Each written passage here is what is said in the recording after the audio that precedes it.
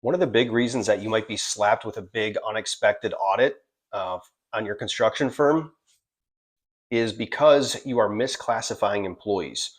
Now, the big audits that I see hit you guys are going to come in the form of on your work comp insurance or on the GL insurance. I want to talk a couple things specifically about how to classify supers versus foremen versus laborers on the work comp side, because that's where I see a lot of confusion set in. Let me tell you a little story. I have a client, her name's Alex, let's just call her. She runs a utility contracting company. She called me yesterday. She said, "Hey, Mike, I'm freaking out a little bit. The work comp company auditor is asking for a bunch of information they never asked for before. I'm worried because we had three supers that obviously make a lot higher, income than the laborers, and I moved them from labor to superintendent code because it was like a third of the price." And I said, "Okay, nothing to freak out about first, but I asked her one question that kind of answered everything. And it was this: it's, do you have foremen on the job? Or are the supervisors basically directly managing the labor and out on the projects?" And she said, "No, we don't have foremen. We are trying to train foremen, but we don't have any right now." And I said, "Hey, I'm not saying this is fair, but this is how auditors will look at it. Those supers that are basically acting as foremen and occasionally jumping on a machine, they're going to be classified in the higher labor class code. There's really nothing you can do about that. That's the way every work comp carrier will do it. Even if you had a supervisor who had a foreman beneath them, but the supervisor would then just jump on a forklift occasionally or a bulldozer or whatever and operate that machine or get in the trench. That's if the auditor knows about that, they're going to put them in that higher rated class code. So I want to talk more about that super versus foreman versus labor. So obviously the foremen are the people that are out directly supervising the laborers, and foremen are categorized or should be classified into the labor code. I don't care if you agree with me or not, but that's just the way the work comp auditor will do it. The supervisors, again, if there's that middle layer, the foreman, and they purely are just out there and they'd be like talking with the foreman, "Hey, how's the job going? Go back to the office," whatever. Those folks then can be executive supervisors. And again, the benefit to doing that is that code is a lot cheaper. Here's the ultimate thing. And my client, she said, "You know what? I think I'm just going to be honest with the auditor." I said, "That's good. That's good. That's what I would do."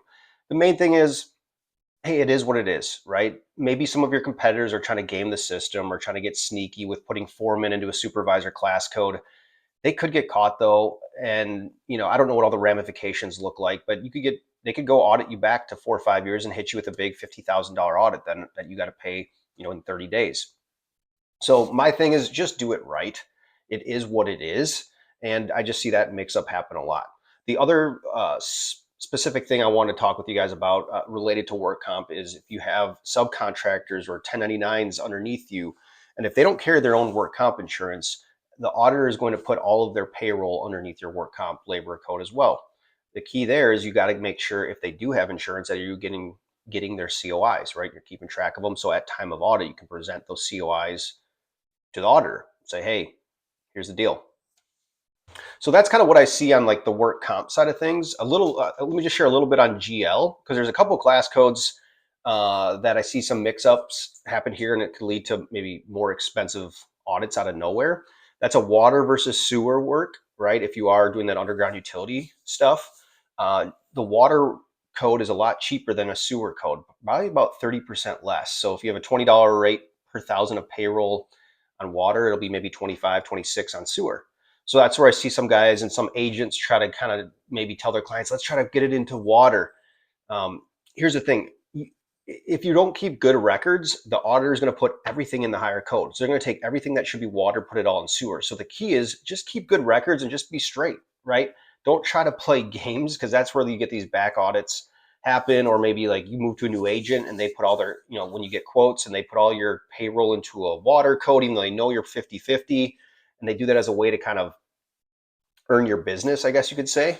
But it's really shady. It's really short-sighted. It's like basically contractors that try to win an account or win a bid based on the fact that they know there's going to be change orders. They're working in there, right? "Oh, we'll change order this thing 3-4 times and make some of that money back."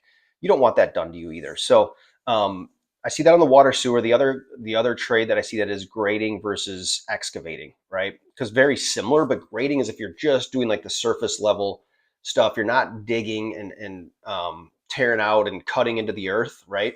That's really excavating. But the grading, like I said, is just going to be top surface stuff. So that's what I got to say, guys.